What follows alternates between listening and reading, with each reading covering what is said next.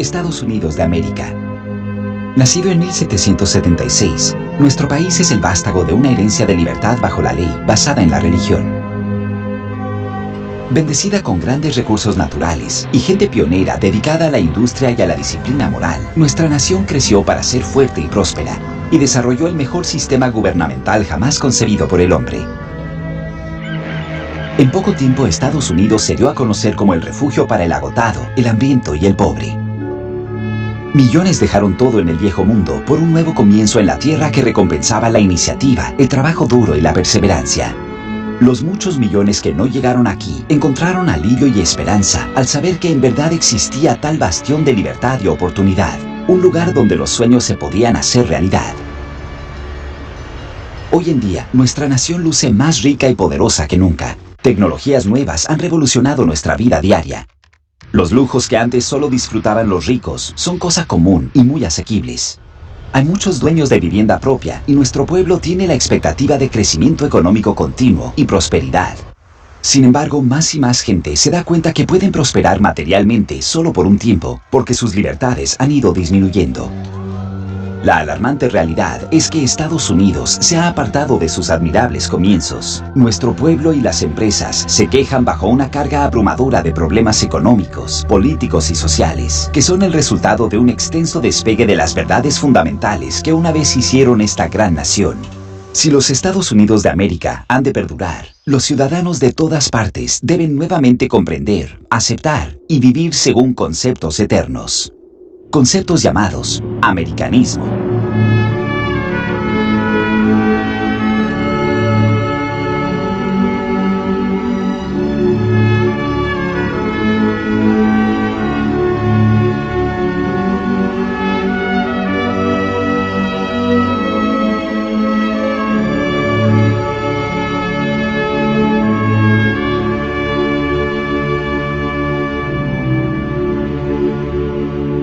¿Qué fue lo que hizo a los Estados Unidos excepcional y los separó de otras tierras? ¿Serán los recursos naturales? No, otras tierras fueron igualmente bendecidas. ¿Habrá sido el pueblo? No, la gente que creó a los Estados Unidos vino del extranjero. ¿Será entonces la planificación y la sabiduría del gobierno que estimularon a nuestra nación a tales alturas? No nuevamente. No fue lo que el gobierno hizo que engrandeció a los Estados Unidos, fue lo que el gobierno evitó hacer lo que marcó la diferencia. Lo que separó a los Estados Unidos de los demás fue la libertad para el individuo, libertad para trabajar, para producir, tener éxito y especialmente libertad para disfrutar los frutos del trabajo. Estados Unidos se hizo excepcional, precisamente porque se había impedido el efecto sofocante de un gobierno excesivo. Sin embargo, la libertad en los Estados Unidos no era desenfrenada. Los estadounidenses escogieron de manera decisiva limitar sus acciones a través de códigos morales como los 10 mandamientos. Moral personal y gobierno limitado es la combinación que caracterizó a los Estados Unidos y lo hizo ser la envidia del mundo.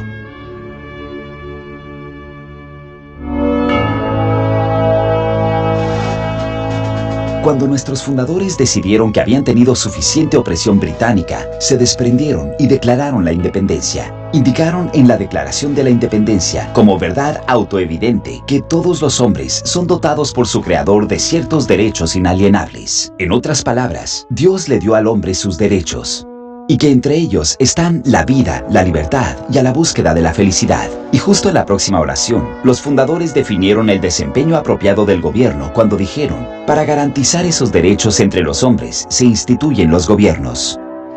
Esta es la base filosófica entera de nuestra nación. Aquí el gobierno no puede redistribuir riquezas legítimamente, asumir poder sobre la vida del pueblo y dominar la existencia del hombre con impuestos opresivos, regulaciones y controles. De acuerdo a los fundadores, el gobierno debería ser una fuerza negativa que deja a la gente tranquila. Su mera función es proteger a los ciudadanos unos de otros y de gobiernos extranjeros, y especialmente del propio gobierno en sí. Los fundadores no crearon al gobierno para ser una fuerza positiva y hacer cosas para o por la gente, para tomar de algunos y darle a otros. Ellos sabían que cuando el gobierno hace algo por un ciudadano, debe tomar de otro para hacerlo, adquiriendo control sobre ambos en el proceso.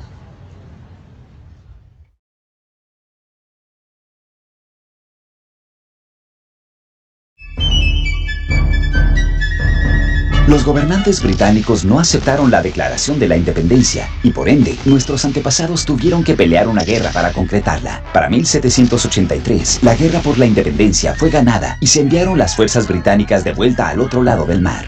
Pero nuestro gobierno de esos tiempos era débil, no tenía cómo resolver las disputas entre los estados, ni el poder para colectar impuestos para las necesidades pertinentes, tales como la defensa nacional.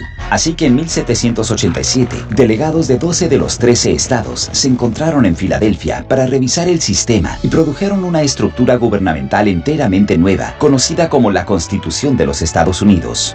Con fe sobre las afirmaciones estruendosas en la declaración, la Constitución fue escrita para gobernar al gobierno, no al pueblo ni a los estados, cada uno de los cuales fue un celoso guardián de su propia soberanía. Los fundadores crearon un gobierno central con poderes estrictamente limitados. Esto dejó a los estados libres para competir entre ellos, para ser el mejor estado, el de menos impuestos y controles, uno donde los ciudadanos quisieran construir un negocio y tener una familia. Ese espíritu de competencia produjo excelencia, tal y como toda competencia honesta produce.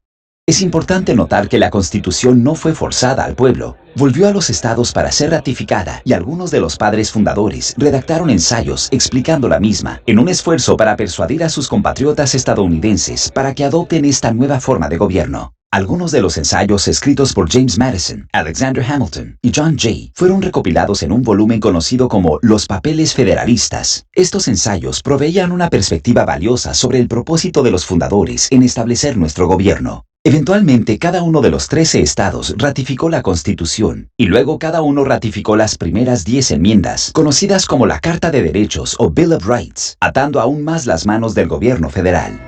Estas enmiendas ciertamente son sobre derechos, pero sería mejor si la Carta de Derechos fuera llamada la Carta de Limitaciones del Gobierno. ¿Por qué?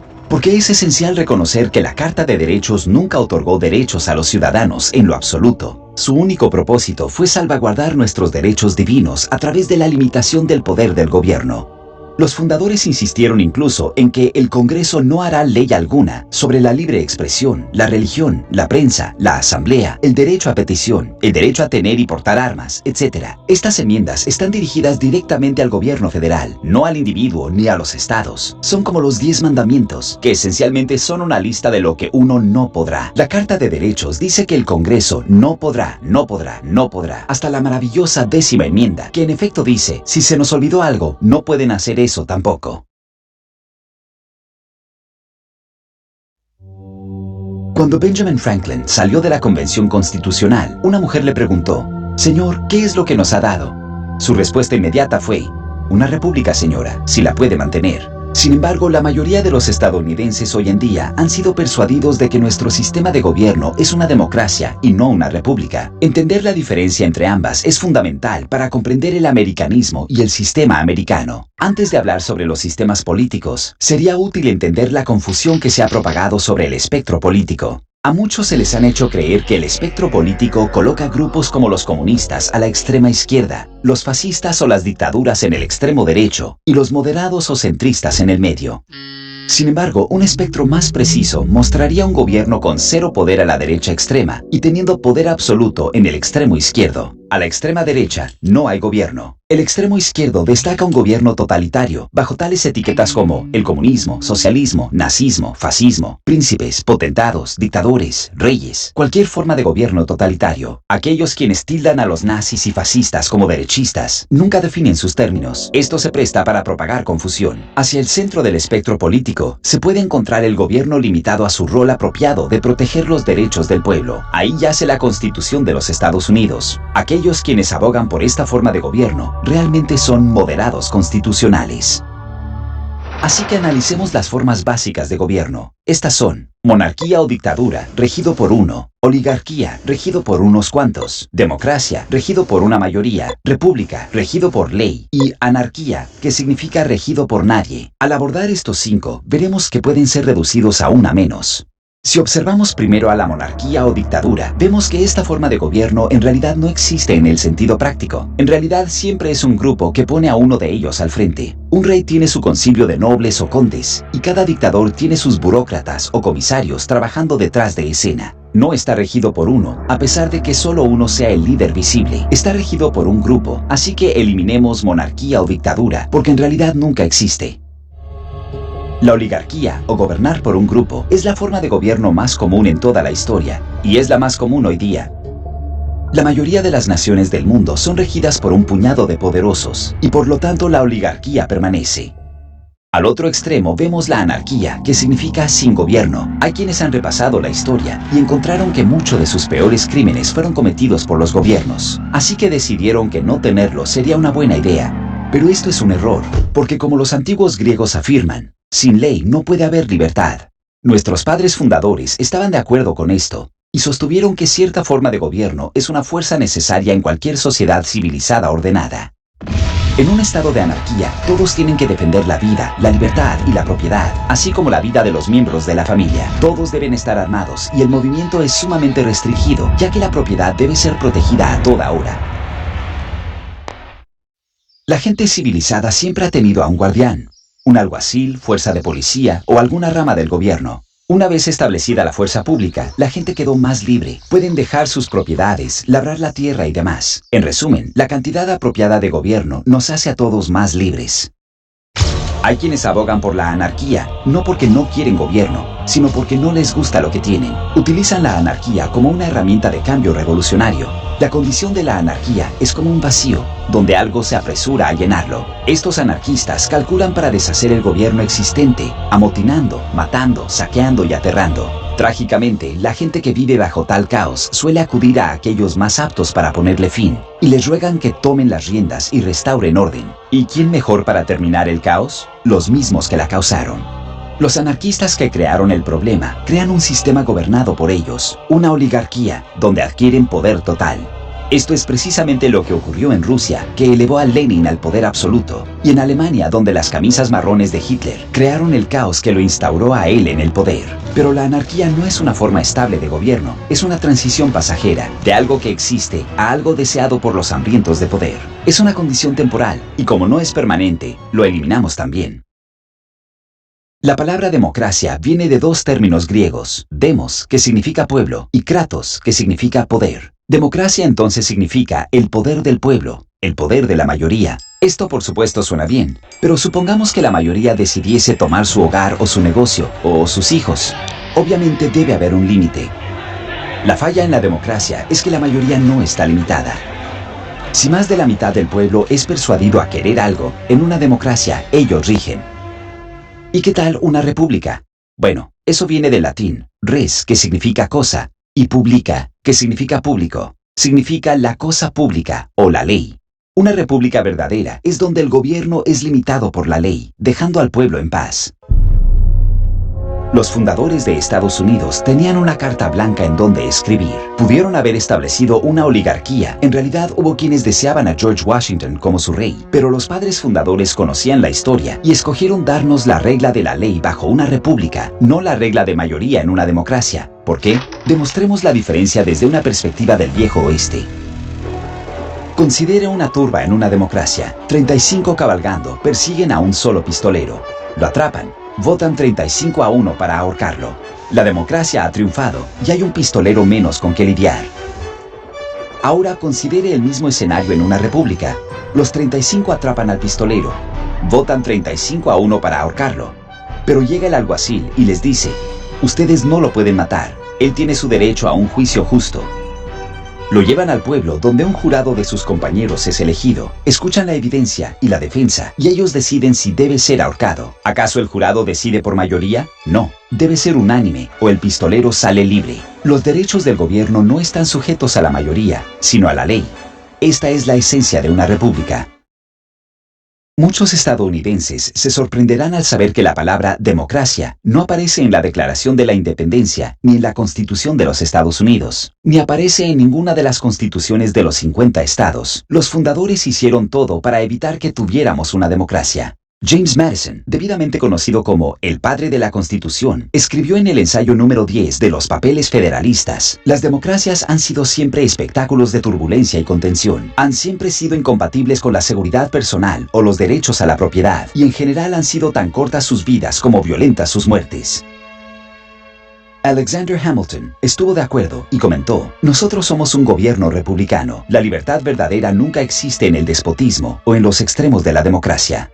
Samuel Adams, un firmador de la Declaración de la Independencia, dijo: "La democracia nunca dura mucho, pronto se desperdicia, se agota y se asesina a sí misma". Los fundadores tenían buenas razones para repudiar a la democracia, porque sabían que las democracias en los primeros estados griegos produjeron algunos de los excesos de gobiernos más salvajes imaginables.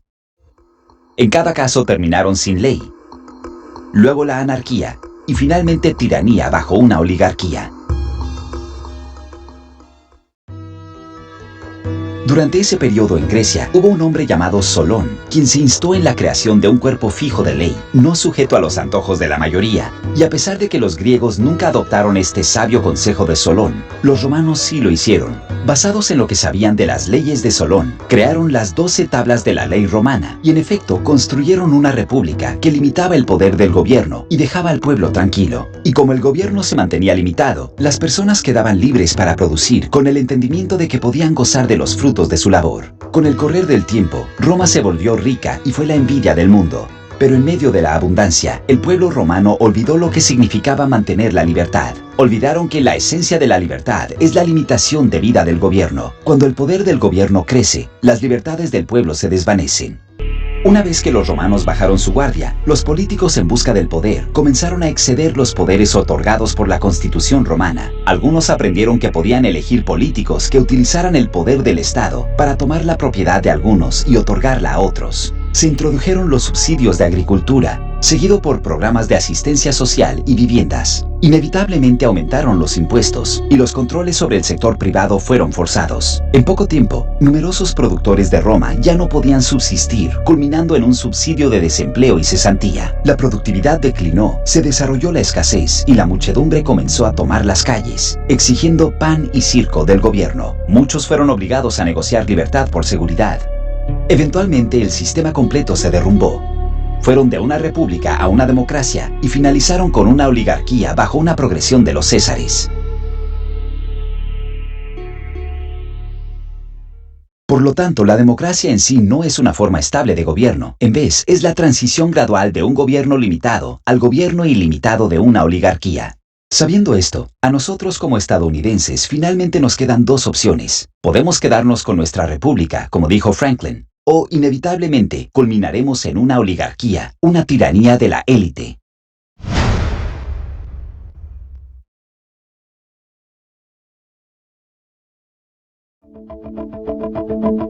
Tal y como existe confusión generalizada sobre el espectro político, de igual manera existe una confusión similar en la arena económica.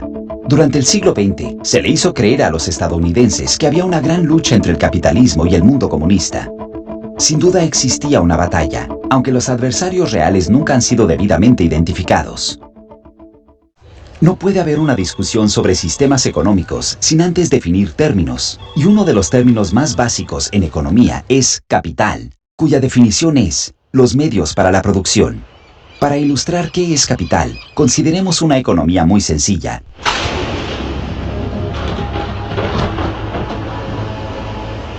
En las arenas de una isla pequeña, la marea ha traído un náufrago. No trae alimento y tiene hambre. Busca en la isla, pero no encuentra frutas, cocos, bayas, ni nada que sea comestible. Vuelve al agua e intenta pescar con sus manos, pero fracasa. Así que vuelve a la orilla. Encuentra un arbusto. Él parte una rama y con sus dientes roe uno de los extremos y logra formar una punta. Vuelve al agua y con su lanza logra su pesca.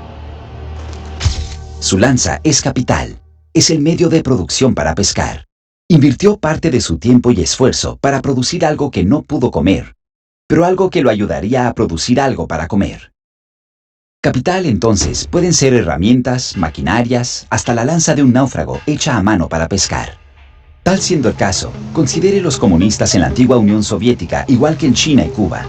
Siempre han utilizado herramientas y maquinarias. Los oficiales allí ven hasta a las personas como capital. Es decir, entonces, que por plena definición, ¿no son los comunistas capitalistas? En ese efecto, ¿no somos todos capitalistas? Y por lo tanto, ¿acaso no son todos los sistemas económicos sistemas capitalistas? Entonces, ¿cuál es la diferencia entre lo que es el sistema comunista y lo que se supone que sea el sistema capitalista estadounidense? La diferencia es quién es el dueño del capital.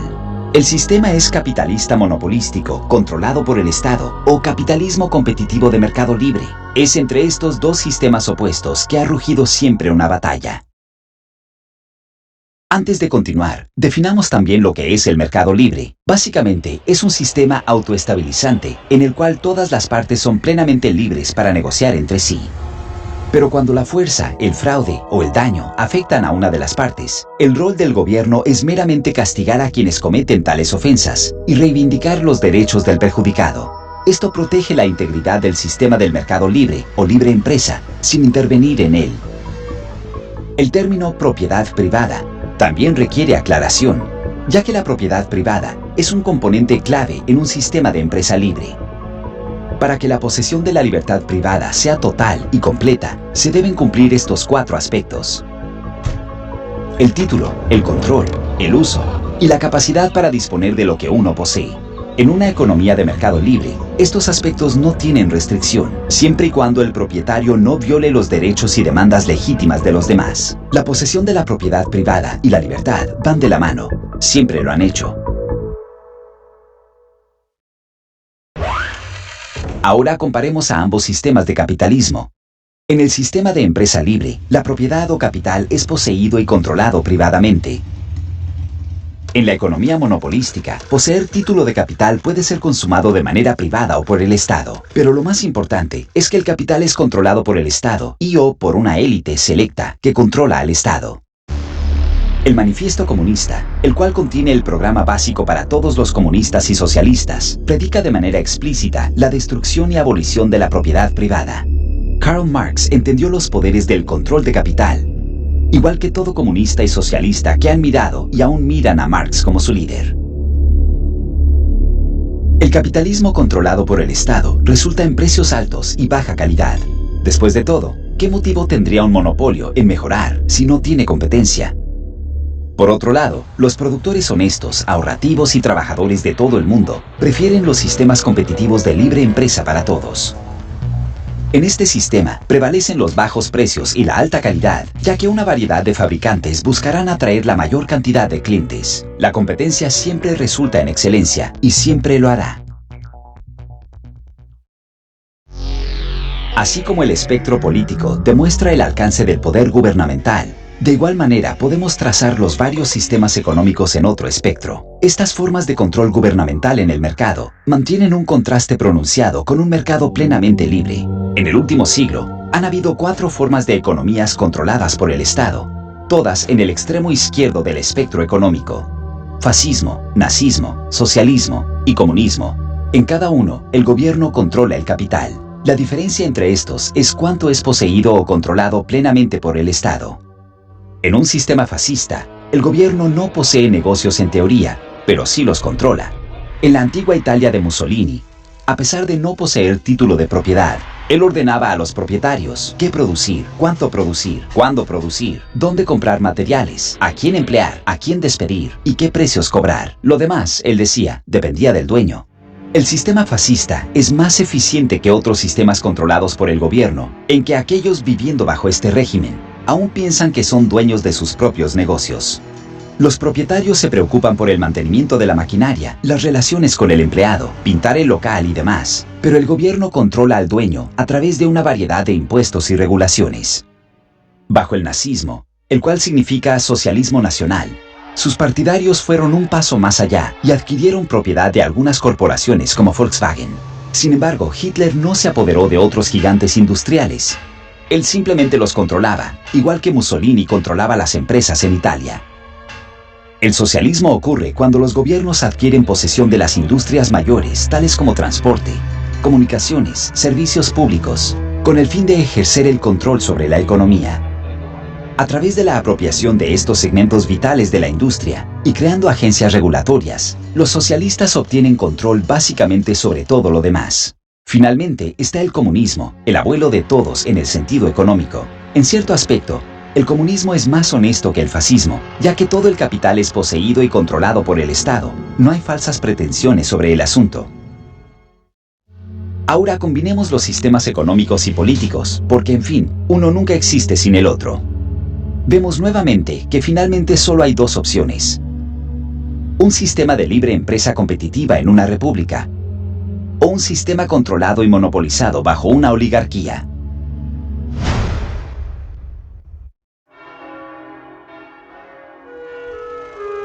La gente moral siempre ha sido un elemento vital de la fortaleza de los Estados Unidos. Los padres fundadores entendieron bien la enseñanza bíblica de que la justicia engrandece la nación. Proverbios 14:34. Ellos también sabían que era imposible esperar que una república con una economía de mercado libre y gobierno limitado perdure sin la moralidad. James Madison advirtió que un gobierno limitado por sí solo era inadecuado para nuestra nación. Y John Adams observó: nuestra Constitución fue hecha exclusivamente para personas morales y religiosas. Es enteramente inadecuada para el gobierno de cualquier otra clase de persona. George Washington dijo: la razón y experiencia nos prohíben la expectativa de que la moralidad nacional pudiese prevalecer excluyendo el principio religioso. Sin embargo, hoy hay quienes piensan que la libertad es una licencia y que la moralidad no es importante o es irrelevante para la política y la economía. Pero como dijo Benjamin Franklin, solo una persona virtuosa es capaz de libertad. A medida que las naciones se envilecen y corrompen, crece su necesidad de tener amos.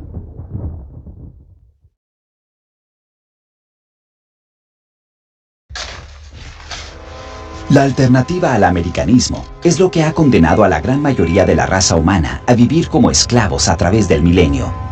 Es la idea de que los derechos son privilegios dispensados por una oligarquía de acuerdo al gobierno ilimitado de los hombres, que el Estado debe controlar y o poseer el capital nacional cuya actividad económica es dirigida por un poder central, que la moralidad es intrascendente y que se prefiere la seguridad sobre la libertad y la oportunidad. Nuestra nación continúa siendo desviada de su curso, y los principios que llevaron a la grandeza de los Estados Unidos son hechos a un lado. La sencilla pregunta para nosotros es: ¿continuamos nuestro desliz en dirección opuesta a los principios fundamentales de nuestra nación, o regresamos al tipo de gobierno que heredamos? El tiempo se agota para los estadounidenses que presienten que algo anda mal. Deben decidir qué país le dejamos a las futuras generaciones. Lo único que hace falta es que un número suficiente de estadounidenses se involucren en la pelea por la libertad y devolver nuestra nación hacia menos gobierno, más responsabilidad y, con la ayuda de Dios, un mundo mejor.